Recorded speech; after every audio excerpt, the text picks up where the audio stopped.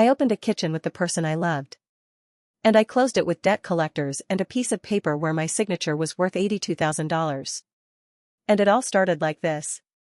Owen and I didn't dream of business. We dreamed of peace. A place where we could breathe without pressure, without other people's instructions and corporate smiles for the customer. He was working in catering for restaurant chains at the time, and I was a line cook at a small cafe on Southeast Belmont Street in Portland. Every evening we came home late, smelling of oil and coffee. We would sit on the floor with our cups and say to each other, what if we opened our own place? Small. Honest. No pretense. The idea was born between dirty dishes and dough. I was kneading dumplings, or rather, dumplings, but according to my own recipe. Owen stood nearby, holding coffee and watching. I want to cook for people, not for a menu, I said. He smiled. And I want to work not for someone else, but with you. So, between dough and coffee, Kitchen for Us was born. No money, no experience, no official name in the registry. Just us, and the feeling that everything would be real. We found the space almost by accident, an old corner near the Portland streetcar stop. 2 windows, cracked glass, the smell of dust and old grease. Perfect, Owen said. It's a shed, I objected. A shed that will become a home. We painted the walls at night. The paint smelled like childhood chemicals, our hands were stained, the floor was sticky, but we laughed. The very fact that we were creating something seemed like a miracle. In the center stood an old gas stove, heavy, from the 80s. Maybe we should buy a new one and scrap this one? I joked. He shook his head. No. Let it remember the good food. I didn't know how prophetic those words would be. Our business plan? 3 sheets of graph paper. Soup. Pie. Homemade jam. No investment, no advertising, no brand strategy. We just wanted people to feel warm. We made the sign ourselves, an old board with marker writing. Simple. Good. Ours. When the wind blew, it swayed like a ship's flag. On the first day, we opened with 10 pies, a pot of borscht, and a kettle of coffee. I was worried that it would be quiet. By lunchtime, there was nothing left. People came in just to look, stayed, tasted, asked for recipes. An elderly woman bought a pie and came back half an hour later. I came to say thank you, she said. It smells like home. Owen hugged me around the shoulders, and for the first time I thought, we did it. We lived for our work. He took care of deliveries and bills, I took care of the kitchen and customers. He loved bargaining with farmers, I loved kneading dough and pouring borscht into to-go cups. Every evening we cleaned up together. He washed the floor, I wiped the display case. And there was something right about that, just us, the smell of bread, and the noise of the city outside the window. We joked that Kitchen for Us wasn't a business, but an extension of our apartment. We weren't feeding customers, we were feeding memories. People didn't come for lunch, they came to see us. Our regulars were a world of their own. Borscht for Joe, no sour cream. Pie for Mrs. Thompson, don't cut it, she's taking it home. 2 jars of jam for Anna from Hawthorne. We knew them all by name. And they knew us. Sometimes people came just to talk. Some cried over a cup of coffee, others shared their joys. We became not a restaurant, but therapy. In Portland, they called it local charm, but I said, it's just love packed in a container. The first few months were crazy. 7 days a week, 16 hours on my feet. I got up at 5 to make broth, which came from the farm with vegetables. When I opened the door at 8, there was already a line with coffee cups.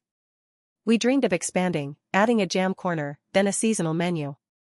Owen talked about delivery, and I drew new recipes in my notebook.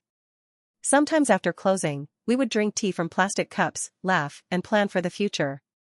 You know what I realized, he said one day. What? We're not Kitchen for Us. We're Kitchen for everyone. I believed then that this was the beginning of a great story. That evening, I closed the cafe later than usual. It was raining outside, and the light bulb by the entrance was flickering. I wiped the table, turned off the stove, and took off my apron. I looked at our little kingdom, the stove, the shelves, the rickety sign.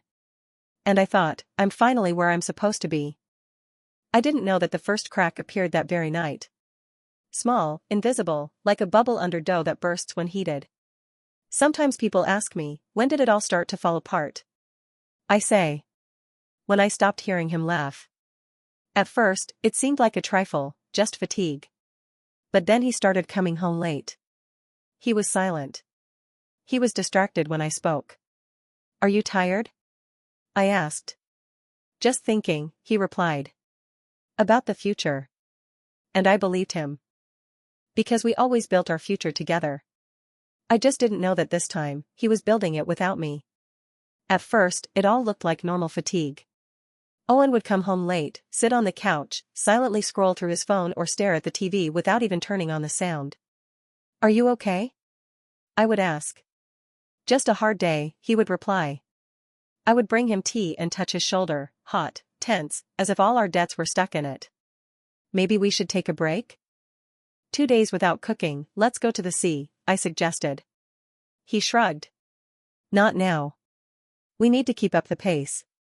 And also, there are things to do with the bank. The word bank meant nothing to me then.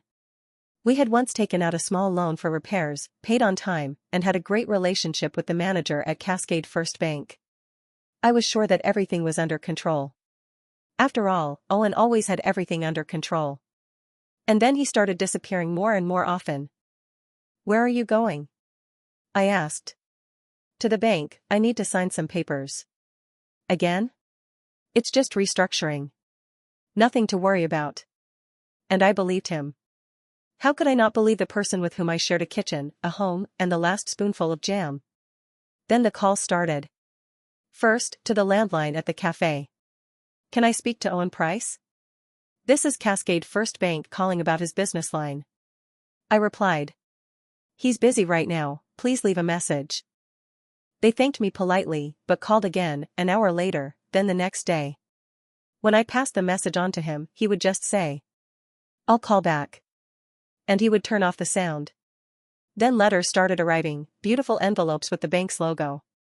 I opened them and saw phrases like loan modification, updated terms, and personal guarantee amendment. I didn't understand what they meant, so I just put the envelopes in a box near the cash register. After closing time, he would take them away silently. I tried not to pressure him. It seemed to me that this was what adulthood was all about, not prying, not asking questions, trusting. But he became more and more distant. He laughed less and was more silent. When I asked him what was wrong, he would respond evasively. I just want to do everything right. Sometimes I would catch him late at night, sitting in the dark in front of his laptop, surrounded by bills and statements. I would approach him and put my hand on his shoulder. Let's go to bed. Just a little longer. I'm almost done. At the time, I didn't know that each of his almosts was stealing our peace of mind. One evening, he brought home a thick blue folder with stamps. It's a formality, he said, placing it on the table. You just need to sign here and here. What is it? Personal guarantee update. A document for the bank. Approval of a loan deferral. I stood in my apron between 2 pies I had just taken out of the oven. It smelled of cherries and sugar. Are you sure you need to sign it? I asked, drying my hands with a towel. He looked straight at me. I'm not my own enemy, Mara. It's just a formality. And I signed it. Twice. Without even reading the fine print at the bottom. Because how could a signature between 2 pies ruin my life? I remember that night in detail. We sat by the stove after closing time. He counted coins and wrote something down in a notebook. I washed the dishes and sang quietly along with the radio. He suddenly looked up and stared at me for a long time, as if he wanted to say something. You know I love you, right? I know, I replied, not even realizing that it was goodbye. The first warning signs appeared a week later. We were waiting for a delivery of produce from a farm in Salem. Owen had to pay the bill in advance. The truck didn't arrive. I called, and the farmer apologized. Sorry, Mara, but your payment bounced. I froze. That can't be. It must be a mistake. He sighed. I'm sorry, but we've already received a notice from the bank. I hung up the phone and felt something snap in my chest. That evening, I waited for him at the door. We didn't pay the farm. There was a technical glitch, he dismissed. I'll take care of everything, You'll take care of it? We don't have the right to make mistakes. I know. He shouted. Do you think it's easy for me? I had never heard him shout before. The silence that followed was worse than any words. The next morning, I opened the cafe by myself.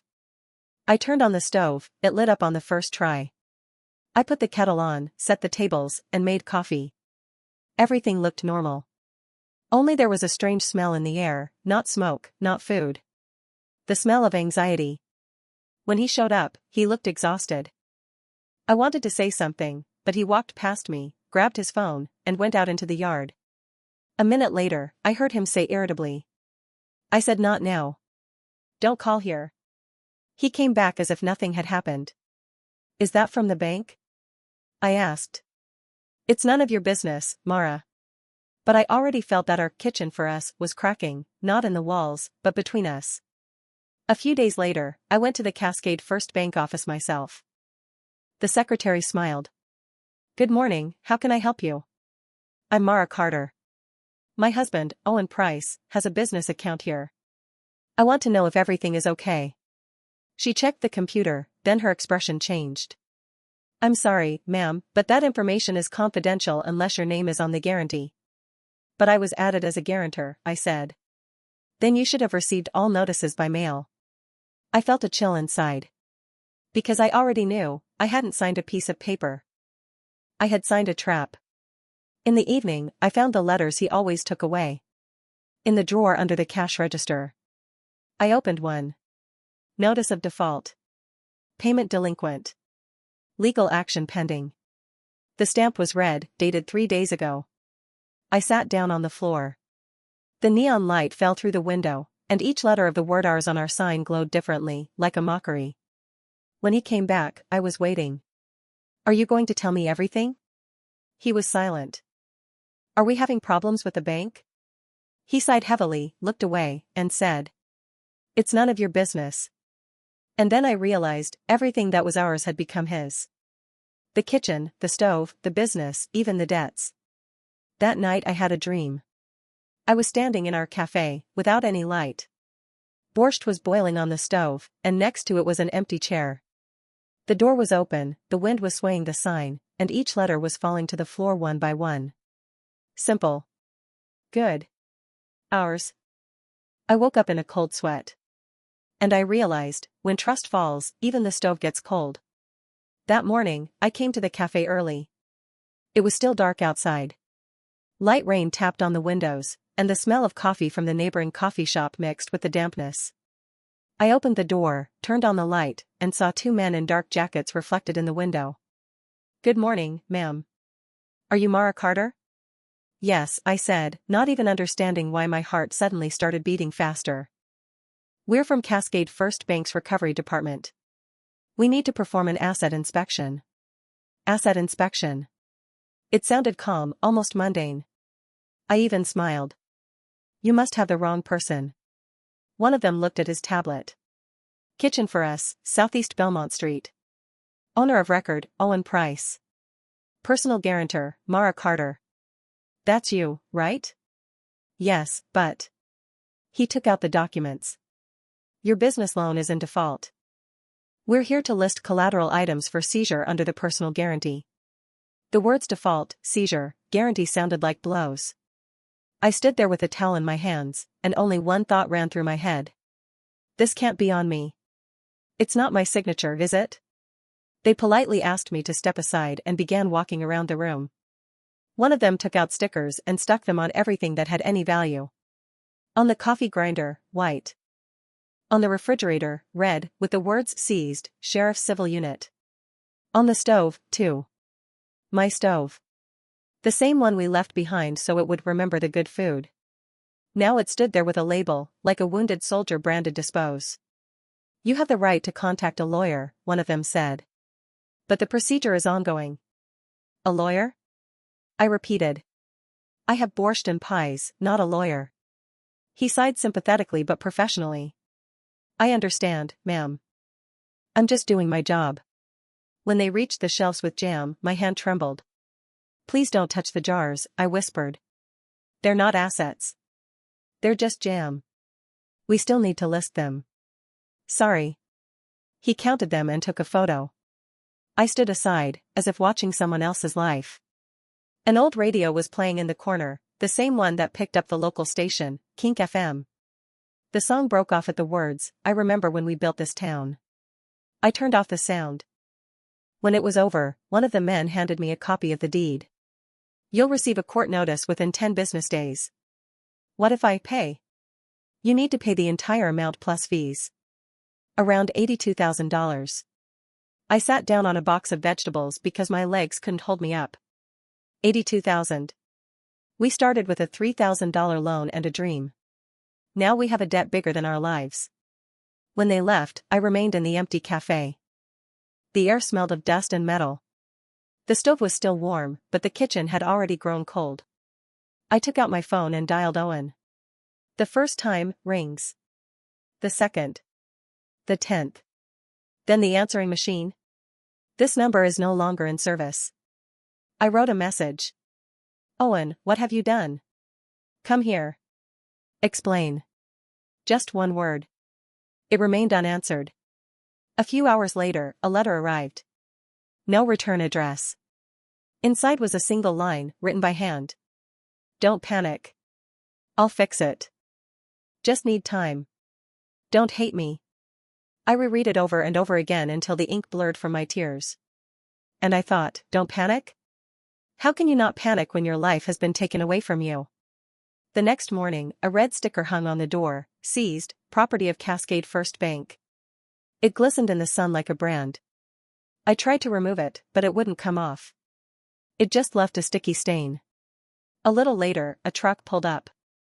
3 employees from the sheriff's civil unit began to carry things out. The stove. The refrigerator. The table. I stood aside, holding my apron, trying not to break down in front of them. The youngest one looked at me with pity. "You okay, ma'am?" I nodded. What else could I say? When they moved the stove, there was a dull metallic sound, like a heart falling. A lighter spot remained on the floor, the place where it had once stood. My heart. When the truck drove away, only dust and a box of customer reviews remained in the room. I opened it. There were old notes inside. Meat like Mom used to make. Bring back the poppy seed roll. Thanks for smiling, even when it rains. I reread these scraps of paper as if they could keep me from falling apart. But reality was already waiting behind the door with the red sticker. In the evening, I took the keys, which were no longer needed, and put them in my pocket. The recipe book went under my arm. The apron went into a bag. That was all that remained of kitchen for us. I went out into the street. The rain had stopped, the asphalt was shiny, and the neon lights from the cafe across the street were reflected in the puddles. I walked a few blocks and stopped at the Portland streetcar. The tram rang, and it seemed to me like a farewell. At home, the refrigerator was empty. In the cupboard, there was a single jar of apple jam. I spread it on a piece of bread, sat by the window, and watched the Morrison Bridge glow in the distance. And I thought, even if they took my kitchen away, they didn't take my hands. The next morning, I went to the bank anyway. The queue, the cold air from the air conditioner, the smell of coffee from the vending machine. A young manager with a badge that read, "Clara, Customer Service," smiled. "How can I help you today?" "I want to see copies of the documents for the loan that was closed yesterday." She checked the computer, then brought a folder. She showed me a page with a signature. My signature. Twice. And next to it, a line in small print. "Guarantor accepts full personal liability for the loan." I looked at her and asked, "Have you ever signed something without reading it?" She was confused. "Honestly? Every day." I nodded. "That's why we're all in the same boat. Only some have oars, and others have a hull." She didn't know what to say. I just took the copy, thanked her, and left. It was raining outside. There were puddles underfoot and neon reflections. The city was going about its business, people were rushing to work, the tram was ringing, and there was a smell of coffee and wet leaves. I was standing in the middle of Portland, without money, without a kitchen, without a husband, and for the first time in a long time, I felt that I had nothing to lose. And somewhere in that emptiness, a thought was born. Maybe this is the beginning? That evening, I took a notebook from the shelf. I opened the first page. I wrote. New recipe. Name, survive. And for the first time in many months, I put the kettle on. No plan, no business, no illusions, just to hear the water boil. Because while the kettle whistles, life goes on. The first days after everything were like the sound had been turned off. The city lived as usual. The Portland streetcar clanged at the turn, coffee with cinnamon was brewed on the corner, the janitor raked wet leaves, and there was silence inside me. Not a peaceful silence, but a vacuum-like silence in which my lungs seemed to stop working. I woke up and didn't immediately understand what day it was. Monday, Wednesday, the end? My phone lit up with missed calls, Cascade First Bank, collections, unknown numbers marked potential spam. I deleted them. I already knew their words by heart: notice of default, past due, personal guarantee. They sounded like a foreign language. Everything in the apartment reminded me that I once had 2 homes, a small living room with a crooked floor and a kitchen on SE Belmont St that smelled of borscht and apple pie.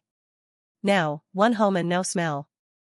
I sat on the floor among boxes of recipe notebooks, an old spatula, and a timer, thinking, what to do with hands that are used to cutting, kneading, and salting by eye. My hands remembered the rhythm: in the morning, heat up the stove, put the broth on, check the dough. And now, an empty table, the stove turned off, silence. My upstairs neighbor, Mrs. Thompson, knocked as usual, 3 times with a pause. Mara, have you eaten? Her voice is as spicy as her ginger tea. Yeah. Sort of, I replied. I'll bring you some soup. Chicken noodle. Homemade, she stated, not asked. I wanted to refuse, but I couldn't. She came in, put the container on the table, and looked at me intently. You're strong, kid. But even strong people eat. When the door closed, I opened the lid, the steam hit my face. And I broke down. I cried with a plastic spoon in my hand and laughed through my tears. How ironic, I'm being saved by soup that isn't mine. I took a sip, and for the first time in days, I felt something other than emptiness. The phone rang every hour. This is Cascade First Bank. We're calling regarding your personal guarantee. Allen and West Collections. Your account is past due. Sheriff's Civil Unit. We posted a ceased notice. Ma'am, we need to schedule. I didn't answer anyone. When I had the strength, I opened my mail: notice of sale, UCC1 filing, a letter from a lawyer I couldn't afford. She wrote in human language, Mara, it's painful and unfair, but right now your job is to stop the bleeding. Money, shelter, food. We'll figure out the rest. I saved the letter to my favorites not because of its legal value, but because of the word we. I was looking for a job. First, at cafes I knew. Portland loves food, so I believed I would find a place. Any references from U.S. restaurants? They asked, swallowing the word references as if it weighed more than people. I ran my own kitchen 7 days a week: menu, purchasing, service. We need references in our system. You're clearly talented.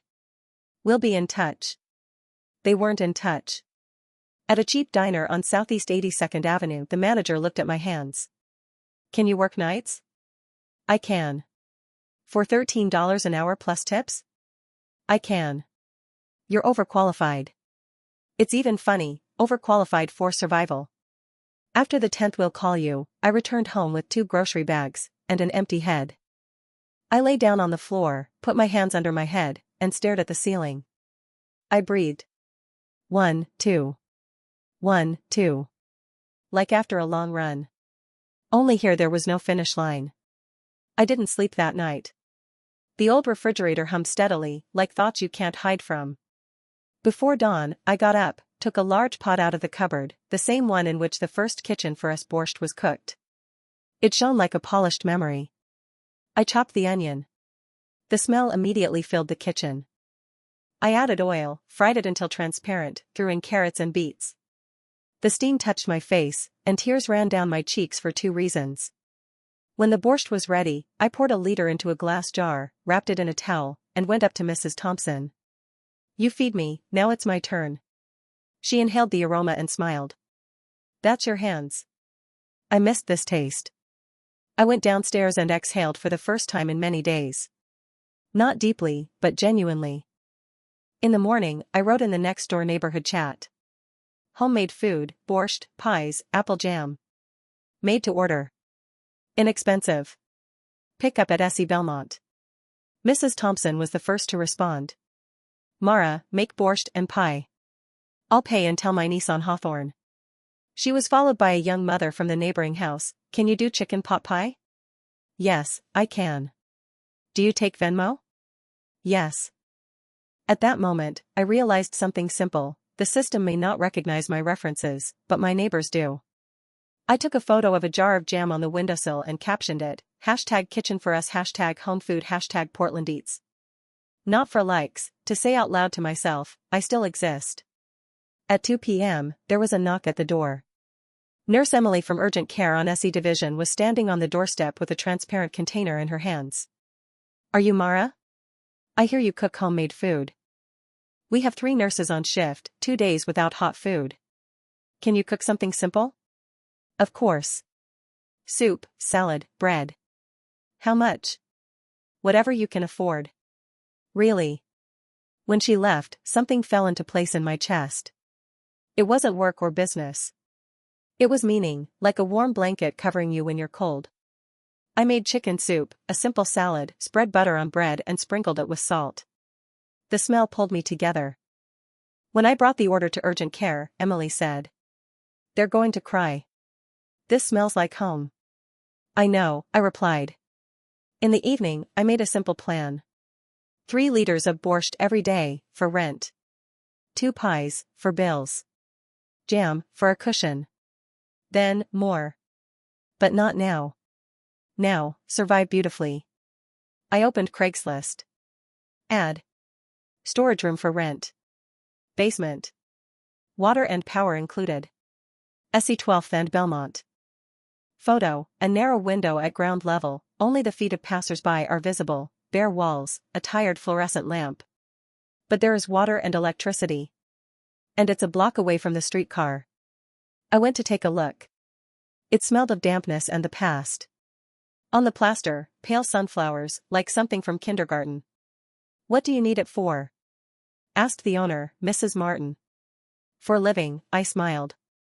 And for pots and pans. First month plus deposit. No cooking with open flame. No open flame, agreed. The next day, I brought a kettle, a pot, a spatula, a few jars, and a stool. No stove yet, a neighbor gave me a single electric burner. I cooked apple jam. I wanted to hear the sugar melt again, the spoon scrape the bottom, the smell of apples break through the dampness. A few hours later, the jars stood in a row like little lanterns, amber, rosy, slightly burnt. I'm not perfect, but I'm alive. The basement glowed from within. I took a photo and posted it on Instagram at Kitchen4us. PDX. I captioned it, "We're back. Basement edition." The first comment was from Emily, "Best soup in SE period." The second was from Mrs. Thompson, "I told you she's the real deal." The third was from a stranger, "Do you deliver on Hawthorne?" Yes, I do. Today after 6 p.m. In the evening, walking home on SE 12th with empty pots, I felt the air become denser, no longer empty, but something to lean on. A guy was playing Fleetwood Mac on the corner, and I suddenly sang along to one line. Quietly. To myself. At home, I made tea, sat on the floor, leaned my back against the wall, and wrote 3 things in my notebook. I am alive. People are my capital. Tomorrow, borscht at 7 o'clock. My phone flashed.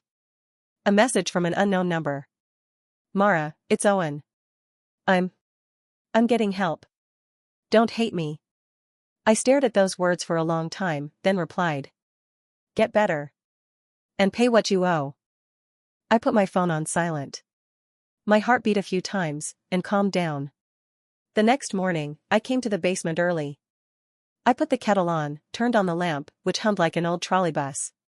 On the table, a notebook, a knife, a towel. I wrote on a piece of cardboard with a marker. Kitchen4us, basement pickup, ring bell. I stuck it to the door with blue painter's tape. It was a little crooked, and I liked that it was crooked, it felt alive. The first to knock was an elderly lady in a bright raincoat. You the soup lady? Yes.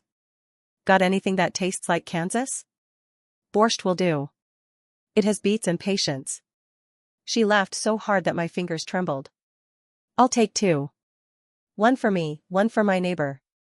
With a discount for neighbors, I said, and put a piece of bread like Mom makes. Then a shy teenage skateboarder came in. My grandma says your jam made her day. Can I get another? Sure. 2, if you help me carry the bag of potatoes. Deal. I watched people come and go, seeing only their feet through the window, sneakers, boots, red heels, and thought that this was what I was missing, the feeling that someone needed me. Not the market, not the bank, not the system. People. At noon, a chef I know sent me a link. County surplus auction, restaurant equipment. I opened it, a cold haul, lots, numbers. Lot number 47, gas range, 6 burner. Used. As is. In the photo, a stove. Mine. I recognized the scratch near the handle. Under the photo, a small caption, removed under UCC1 lien. Seller, Cascade First Bank. My knees buckled. I was silent until the kettle boiled. Then I placed a bid, a small, almost symbolic one. One that I could afford if I borrowed from Mrs. Thompson and delayed my rent payment. By evening, the bid was still standing. At 7:03, a message arrived, you won lot number 47. I laughed out loud. Then I cried. Then I laughed again. Because I didn't buy metal. I bought myself. No open flame, I remembered Mrs. Martin's words. I called her. I know the rules. I'll put the stove in storage. No gas. Just let it be here. For now. Pause. Bring it. But no gas line. We'll lock it in the back. Deal. When the movers rolled the stove into the basement, I touched its cold side with my palm, wiped off the dust, and whispered. We're home. Not in the kitchen yet, but home. I put the kettle on the small burner while the big one stood like a lion in a cage. The kettle whistled. I thought, emptiness doesn't like it when you respond to it with fire. I poured the tea, took a sip, and said aloud. Tomorrow, lunch is for urgent care. The day after tomorrow, lunch for the PDX Parks cleaners. Friday, neighborhood lunch. A table, a lamp, a stool. The fire inside me was lit. That night, I slept peacefully for the first time. Not because my problems had disappeared, but because I had a plan that smelled of food, not fear. Before going to bed, I wrote in my notebook. When life breaks down, you can rebuild it. Start with water. Then salt. Then people. And I set the alarm for 6 a.m. Because a real home is when you know exactly what you're going to cook in the morning. And for whom. The basement became my new world. No windows, but a lamp that hummed like an old trolley bus. No space, but hope that smelled of apples, onions, and bread. I woke up at 5. I turned on the kettle and checked if the small electric hot plate was working. It was my only stove, an old single burner that my neighbor had given me. I cooked carefully, remembering Mrs. Martin's rule, no open flame. And indeed, no flames, only steam and patience. The walls were rough, concrete. But when the smell of fried onions appeared in the air, the basement became almost cozy. I learned to measure time not by the clock, but by smells. If it smelled like carrots, 10 minutes had passed. If it smelled like beets, half an hour. If it smelled like borscht, the day had begun. I made small batches, 3 liters of soup, 2 pies, a jar of jam. I sold them by hand, without advertising. Some people paid in cash, some left a bill in an envelope with the words "thank you" written on it, and some brought apples, flour, or a bottle of oil instead. Once, a young woman with a badge that read Sarah, Oregon Health Clinic, came down to the basement. Do you make soup for urgent care? Yes, I said, wiping my hands. Someone shared your contact information with us. We want to order for the entire shift. No contract, just pay on delivery. Can you do that? I can. But I work from home, without a kitchen permit. She smiled. We're not concerned about paperwork. We're concerned about taste. She left me her number, and from that day on, I cooked for the shift. Chicken soup, vegetable stew, bread with butter. Later, 2 workers from the park cleaning station knocked on the door. Is that borscht? We were told it keeps us warmer than coffee. I laughed. They brought a thermos and their own containers. I poured generously, without weighing. They left money and a bag of vegetables. Barter is also a business, I thought. I no longer counted the days, I counted the pots. Each pot was another day of survival. Another proof that even from under the ground, you can smell like home. Once, when I was taking a pot off the stove, I heard the familiar sound of a notification. Instagram at pdx_food_review tagged my profile. A photo of my jar of jam, captioned, "Sometimes healing starts with a spoon." Hundreds of comments below it. Where can I order? Is she real? She saved me during my night shift. I sat on a stool, holding my phone, and laughed without fear for the first time in a long time. That same evening, I received orders for 18 servings of soup. I didn't have that many pots, so I cooked in 3 batches, alternating with breaks on the concrete floor. But I managed. On the 3rd day after the flood of orders, I received a message from Emily at Urgent Care. "Mara, we have an ER surge today. We need 20 servings by evening. Can you handle it?" "I can," I replied automatically, then glanced at my single burner. As I started peeling potatoes, the light in the basement suddenly flickered and went out. Old wiring, what a character. I froze, like a pot on the stove. In a few minutes, the power came back on, but the burner wouldn't heat up. I went out onto the porch and wrote in the building's chat. "Friends, I need 2 electric stoves for a few hours. For the medics." Half an hour later, a guy with a skateboard knocked on the door. He brought a portable stove and a hot plate. Then Mrs. Thompson handed me a multi-cooker. "I'll eat bread and butter.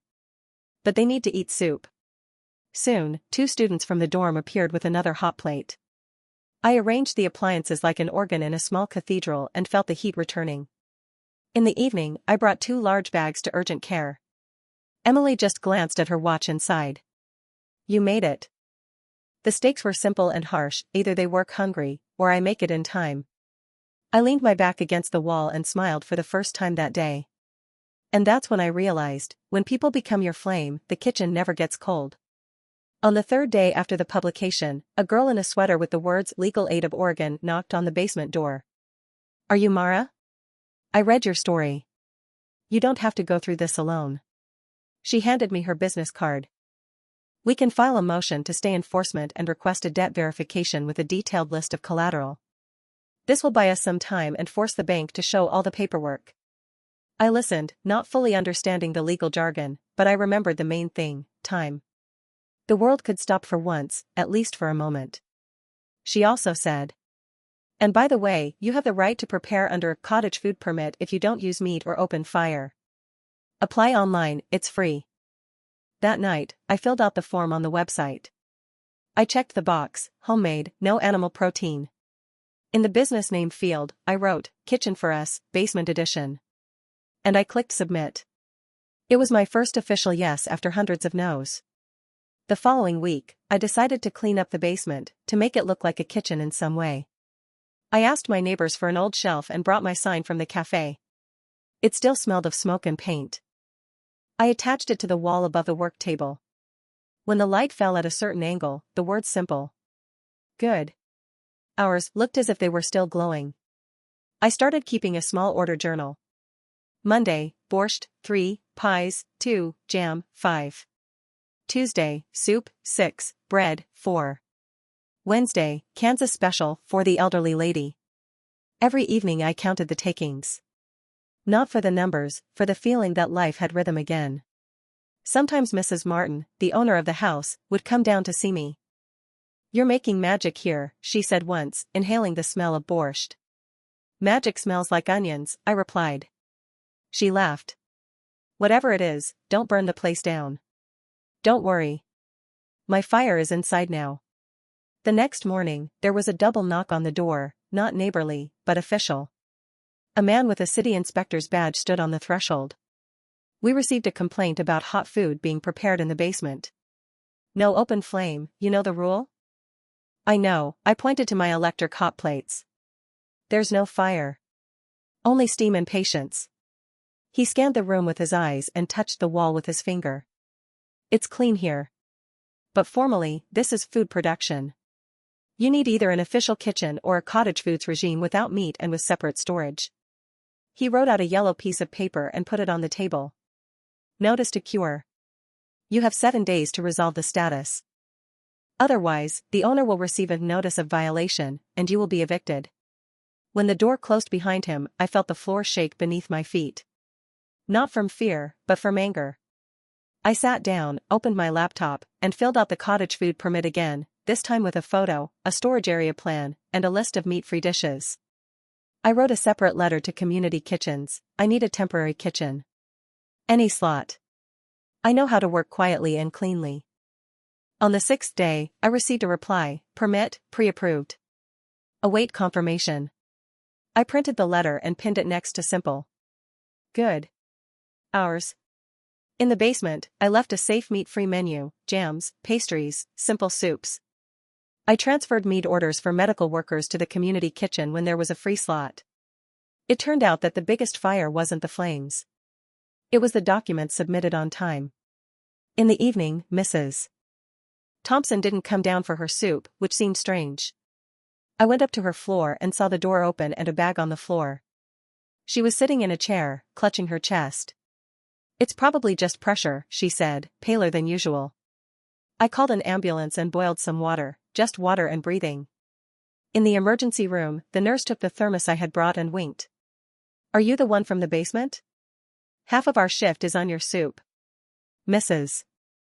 Thompson was hooked up to N4, and half an hour later she was already glaring at me, don't make a drama out of me. On the way back, I carried the empty thermos and thought that sometimes happiness is when someone breathes evenly. I put the pot on the stove and added a bay leaf. The flavor became deeper, as if someone had turned the oxygen back on in the room. That evening, I decided, while my soup is cooking, people are coming home too. When the stove was returned from the auction, I put it in the corner, under a blanket, so as not to break the rule. It stood there like a monument to a former life. But every time I walked past it, I touched it with the side of my palm, for luck, for strength. I started making short videos, how to feed your block with $10. I showed how to make soup for 3 families from one pot. People wrote, it's like my mom's.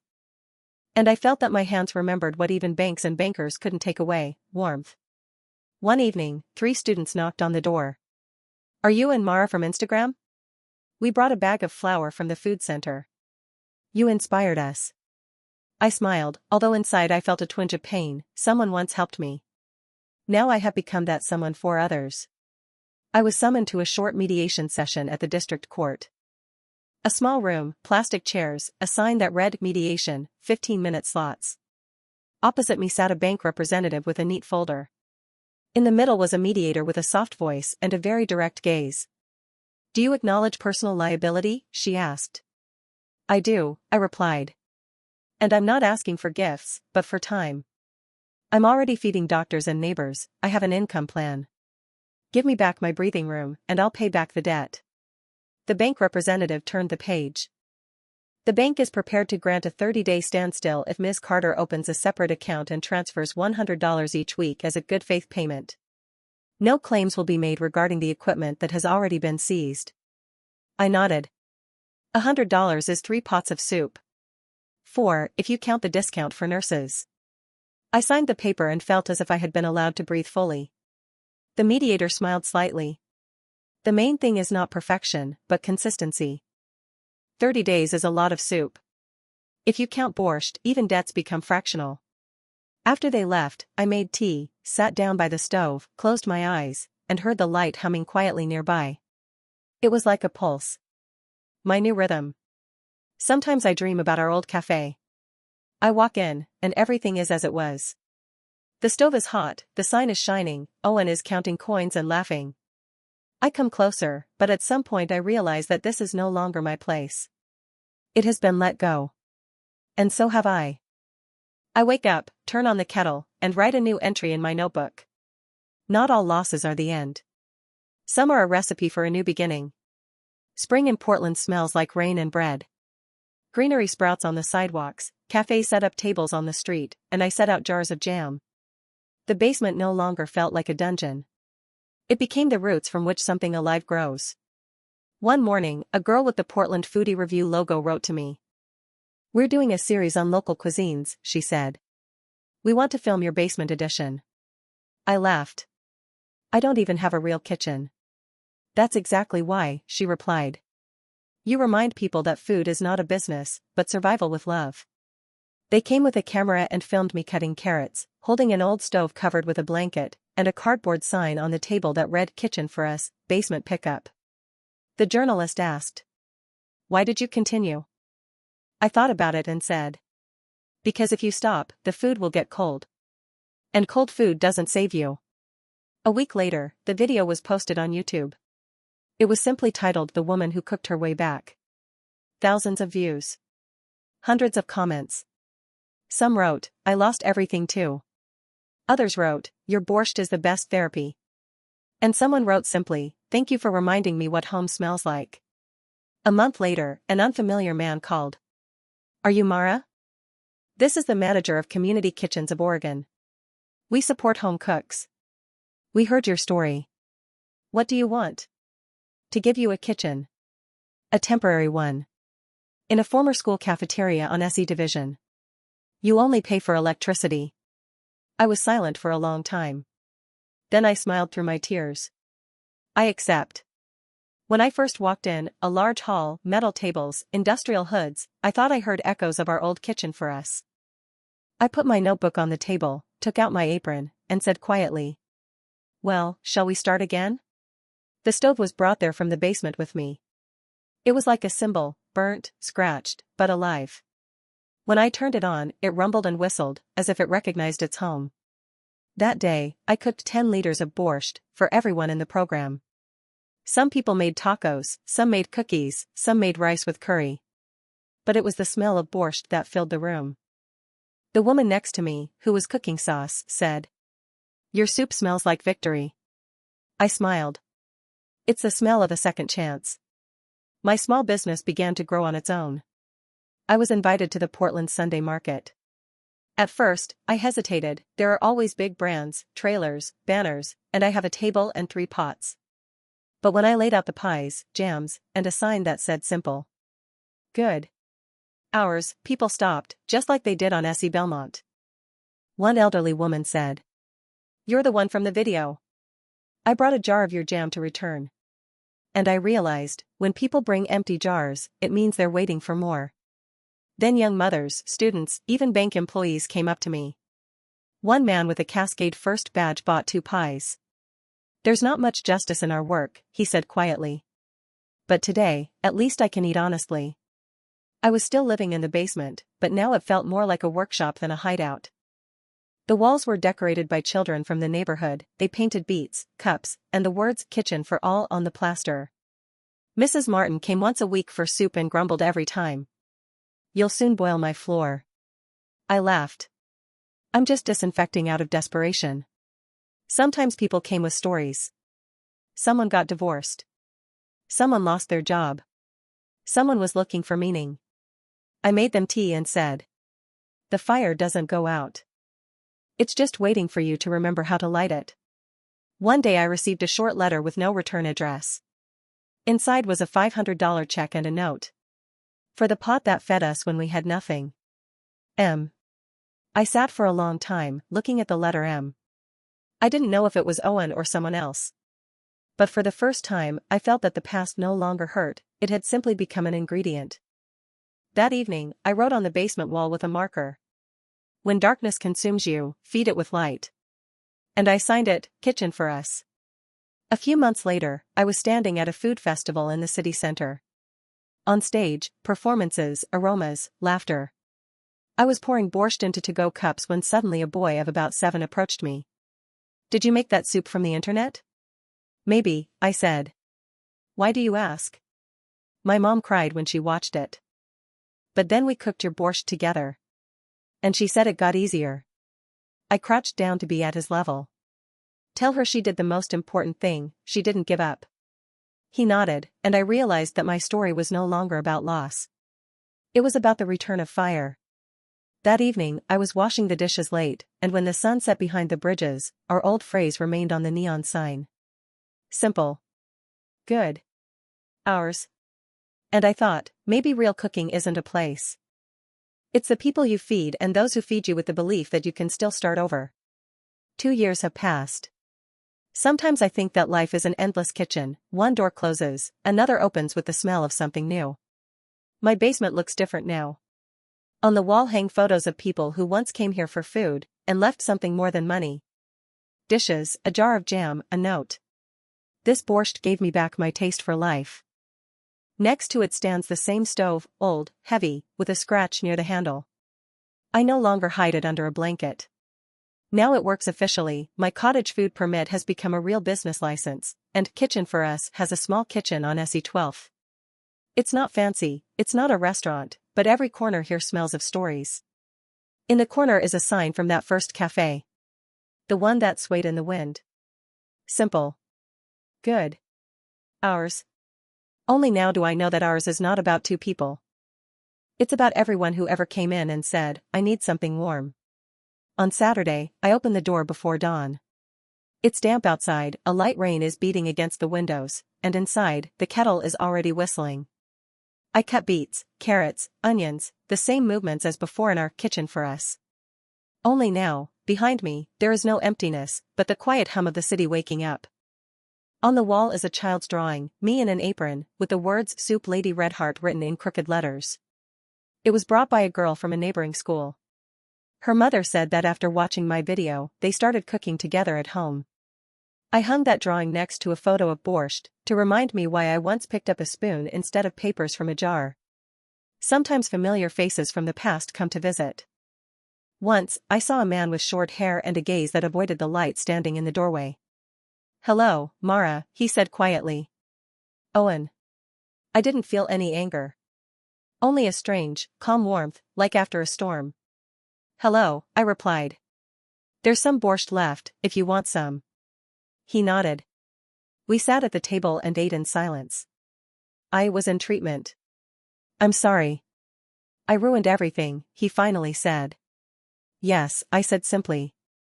But you know, sometimes you have to burn down the kitchen to understand how to cook a new life. He smiled through his tears. Then he left. And I knew, this wasn't the end, it was just a page that could finally be turned. In the evening, I cook the last borscht of the day. The air is filled with the smell of garlic, bay leaves, and a little vinegar. Steam rises, fogging up the windows. Outside the window, a sign glows, my new one, made of wood, with carved letters. Kitchen for US, home starts here. People come in one after another.